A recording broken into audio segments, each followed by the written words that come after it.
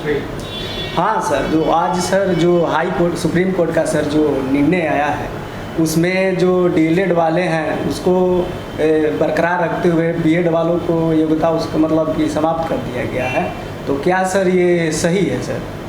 बिल्कुल, जो supreme court का डिसीजन आज आया है और यह राजस्थान हाई कोर्ट के डिसीजन के संदर्भ में एक डिसीजन सुप्रीम कोर्ट का आया है। यानी ये मामला पहले से चल रहा था बीएड वर्सेस डीएलएड का। तो सुप्रीम कोर्ट ने यह कहा है कि अब केवल डीएलएड वाले ही एलिजिबल रहेंगे प्राइमरी स्कूल के लिए, यानी 1 से 5वीं क्लास तक के लिए। बाकी जो बीएड वाले हैं वह इसके लिए एलिजिबल नहीं रहेंगे। तो यह जो निर्णय है बहुत ही दूरगामी असर देने वाला है और यह मुद्दा पहले से चल रहा था। इसका जो सबसे प्रभाव सबसे ज़्यादा पड़ेगा वह बिहार टीचर बहाली की जो प्रक्रिया चल रही है उस पर पड़ने वाला है, क्योंकि यह 24, 25, 26, 27 अगस्त को इसका एग्ज़ाम होने वाला है, जिसके माध्यम से बिहार सरकार बीपीएससी 1,70,000 टीचरों की बहाली करने वाली थी। जी सर। तो सबसे ज़्यादा इस पर प्रभाव पड़ने वाला है। तो क्या सर इसका प्रभाव सर जो अभी चल रही है, क्योंकि बहाली अभी तो 24 तारीख से एग्ज़ाम चालू है इसका, तो सर क्या इस छात्रों पर जो बीएड किए हुए उस पर क्या सर प्रभाव पड़ सकता है? बिल्कुल, बहुत ही इसका एक क्या कहें खतरनाक प्रभाव कर सकते हैं, क्योंकि बिहार गवर्नमेंट ने या यूँ कहें बीपीएससी ने फॉर्म तो भरा लिया। फॉर्म में बीएड वालों को भी प्राइमरी स्कूल के लिए फॉर्म के लिए अलाउ किया। यह मामला पहले से था, यह मामला पहले से सुप्रीम कोर्ट में था, बीएड वर्सेस डीएलएड का यह मुद्दा। बिना बिहार सरकार इसका इंतज़ार किए हुए कि कोर्ट का क्या डिसीजन आता है उसके बाद हम नोटिफिकेशन जारी करें, उस डिसीजन को देख लें कि क्या होता है, लेकिन इसके बावजूद भी बीपीएससी ने, बिहार सरकार ने आनन फानन में सारी प्रक्रियाएं की।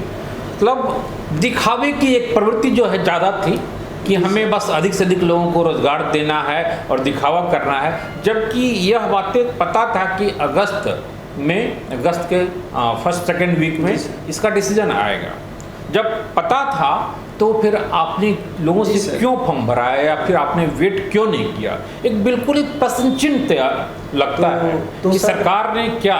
जी, तो सर क्या इस पे सवाल उठ रहा है कि सर की बिहार सरकार की जानबूझकर ये साजिश? बिल्कुल, जो चीज़ें दिख रही है उससे तो बिल्कुल ही यह एक अंदेशा होता है, शक हुआ होता है कि सरकार ने जानबूझकर कैसा किया है।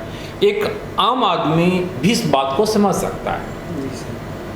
सरकार में जहाँ पर बड़े बड़े ब्यूरोक्रेट्स होते हैं, अनुभवी लोग होते हैं, क्या उनको इतनी समझ नहीं थी? यह कोर्ट में मामला था और डिसीजन आना था, तो डिसीजन आना था तो डिसीजन का आप इंतजार कर लेते, उसके बाद आप एग्ज़ाम की प्रक्रिया को स्टार्ट करते या नोटिफिकेशन करते। आपने बीएड वालों को आपने अलाउ किया प्राइमरी स्कूल के फॉर्म भरने के लिए, और सबसे ज़्यादा जो फॉर्म आया है अभी जो 1,70,000 टीचर की बहाली बिहार में होना है, उसमें सबसे ज़्यादा फॉर्म यहीं से गिरा है, यानी प्राइमरी स्कूल। 6वीं से 8वीं तक के लिए आपने वैकेंसी इन्हें निकाली है और 9th 10th के लिए काफ़ी कम संख्या में, यानी जितने सीट हैं उसके लगभग बराबर, उससे थोड़ा सा ज़्यादा है। और 11th 12th के लिए तो 57,000 सीट है और 57,000 में केवल 38,000 से भी थोड़ा सा कम ही है, तो लोगों ने फॉर्म भरा है। तो मुख्य रूप से जो फॉर्म गिरा है वह प्राइमरी स्कूल की नहीं गिरा, ठीक है। उसमें भी दुविधा थोड़ी सी है कि कुछ लोगों ने जो बीएड और डीएलएड दोनों हैं, लेकिन उन्होंने बीएड के आधार पर फॉर्म भरा है। अब डीएलएड हैं वो, लेकिन केवल बीएड के आधार को दिखाया है और वो फॉर्म भरा है। क्यों भाई? बीएड का ज़्यादा इंपॉर्टेंस होगा, वही उसी बीएड का हम 9th 10th में भी यूज करेंगे, तो फिर उनका क्या होगा सर? वही आप सोच सकते हैं कि बहुत सारे लोग वैसे ही बाहर हो जाएंगे, इनएलिजिबल हो जाएंगे। बड़ी बात तो यही है कि एग्ज़ाम डेट भी मतलब निकल चुका है, 24 अगस्त से होना है। बिल्कुल बिल्कुल बिल्कुल। और इसमें अब छात्र चिंतित हैं कि क्या किया जाए, जो बीएड किए हुए हैं उसके लिए क्या मतलब आगे की राह क्या हो सकती है? दुविधा और द्वंद्व की स्थिति पैदा हो गई है। बिहार सरकार को तुरंत इस पर कुछ करना चाहिए, या तो आप सुप्रीम कोर्ट से आप रिलीफ ले दें। सुप्रीम कोर्ट में इमीडिएटली आपको एक पिटीशन डालना होगा कि हमारे यहाँ प्रक्रिया चल रही है और एग्ज़ाम 24, 25, 26, 27 को होना है। इसके लिए यह निर्णय इस यहाँ पर लागू न हो, कुछ इस टाइप की रिलीफ ले लें, क्योंकि प्रक्रिया आगे चल चुकी है और एग्ज़ाम काफ़ी नज़दीक है। तो बिहार गवर्नमेंट को यह निर्णय तुरंत लेना होगा, लेकिन बिहार गवर्नमेंट हरकतें में आएगी इसकी उम्मीद कम है। कुल मिलाकर के यह लग रहा है कि जो सीन पैदा हो गया है, जिस ढंग से बिहार सरकार कटघरे में उनकी मंशा, उनकी इंटेंशन कटघरे में खड़ी होती दिख रही है, तो बिहार सरकार के पास अब बहुत ज़्यादा ऑप्शन नहीं बच जाता है। ऑप्शन एक ही बच रहा है कि एग्ज़ाम को आप एक्सटेंड कर दें आगे के लिए, या फिर केवल आप 9th, 10th और 11th, 12th का आप एग्ज़ाम लें।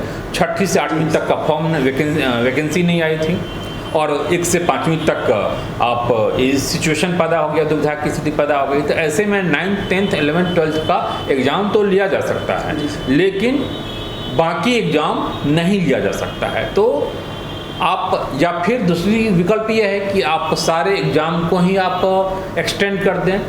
कैंसिल तो नहीं कर सकते हैं, लेकिन एक्सटेंड किया जा सकता है, आगे की राह को देखना पड़ेगा। तो सर इसमें सबसे बड़ी बात ये है कि सर ये क्या सरकार जो है जो इसको डेट आगे बढ़ा सकती है क्या? हाँ, मैं वही बातें कह रहा था कि सरकार को अब ज़्यादा उम्मीद यही लग रही है कि सरकार के पास बहुत ज़्यादा विकल्प है नहीं, क्योंकि सर समय भी बहुत, या तो आप रिलीफ को सुप्रीम कोर्ट में जाकर के आप ले सकते हैं, इसके लिए सुप्रीम कोर्ट जाना पड़ेगा। और सरकार की तैयारी ऐसी दिख नहीं रही है कि 2-4-5 दिनों में कुछ ऐसी कर ले जी। दूसरी बातें हैं कि यह कहीं ना कहीं सोची समझी चाल ही ज़्यादा दिख रही है। तो सरकार तो चाह रही थी कि कुछ इस टाइप का डिसीजन आवे और उस पर स्टे लग जाए, तो ऑटोमेटिकली चूँकि सुप्रीम कोर्ट के अगेंस्ट में तो कोई जा नहीं सकता है जी सर। और आप एग्ज़ाम अब नहीं ले सकते हैं, चूँकि बच्चे जिन्होंने फॉर्म भरा है प्राइमरी स्कूल के लिए वह वैसे भी अनएलिजिबल हो गए। तो ऐसे में कोई ऑप्शन नहीं बचता है। ज़बरदस्ती जब वो योग्य नहीं रहे तो आप एग्ज़ाम तो नहीं ले सकते हैं। तो सर क्या उसका कुछ तो समाधान करना पड़ेगा। फॉर्म भरा है लोगों ने, पैसा मतलब उसके लिए वहाँ पर फॉर्म के लिए जमा करना पड़ा है उनको। बहुत सारे विद्यार्थियों का सवाल ये है कि सर क्या करें इस टाइम में, क्योंकि सुप्रीम कोर्ट का निर्णय भी अचानक आया है। हाँ बिल्कुल, और डेट भी मतलब 24 अगस्त से स्टार्ट है एग्जाम। बिल्कुल। तो स्टूडेंट्स से यही कहा जा सकता है कि स्टूडेंट पढ़ते रहें, अपनी पढ़ाई को न रोकें और उम्मीद है कि बिहार गवर्नमेंट कुछ इमीडिएटली डिसीजन लेगी। और जैसा कि मुझे लग रहा है, मेरी व्यक्तिगत राय हो सकती है, लेकिन जो मुझे समझ है उसमें बिहार सरकार के पास में अब विकल्प नहीं बच गया है। उसे एग्ज़ाम को आगे करना पड़ेगा। जोर ज़बरदस्ती ढंग से एग्ज़ाम नहीं लिया जा सकता है। चीज़ें जब तक क्लियर अब नहीं हो जाती है कि उनका क्या होगा जिन लोगों ने फॉर्म भरा है, ठीक है, तब तक यह एग्ज़ाम नहीं लिया जाना चाहिए। यह हमारी समझ भी कर रही है सरकार, साथ ही सरकार से भी अपील है कि बच्चों के ऊपर ज़बरदस्ती एग्ज़ाम न थोपे, थोड़ा सा टाइम लेकर के अगर किया जाए तो ज़्यादा बेहतर, छात्रों के हित में होगा, सबके हित में होगा। आप सुप्रीम कोर्ट में जाइए, थोड़ा सा आप रिलीफ ले लीजिए सुप्रीम कोर्ट से और आप कहिए कि हमें एग्ज़ाम आप लेने दीजिए, ठीक है, या जो भी डिसीजन हो आनन फानन में ना हो करके। जैसे एक एस्टेट का भी आनन फानन में नोटिफिकेशन आ गया है, अब कई चीज़ें तारे जुड़ रही हैं, लग रहा है शक संदेश से और बढ़ जाती है। 24 से एग्ज़ाम है और 23 तक फॉर्म भरने का डेट रखा गया है।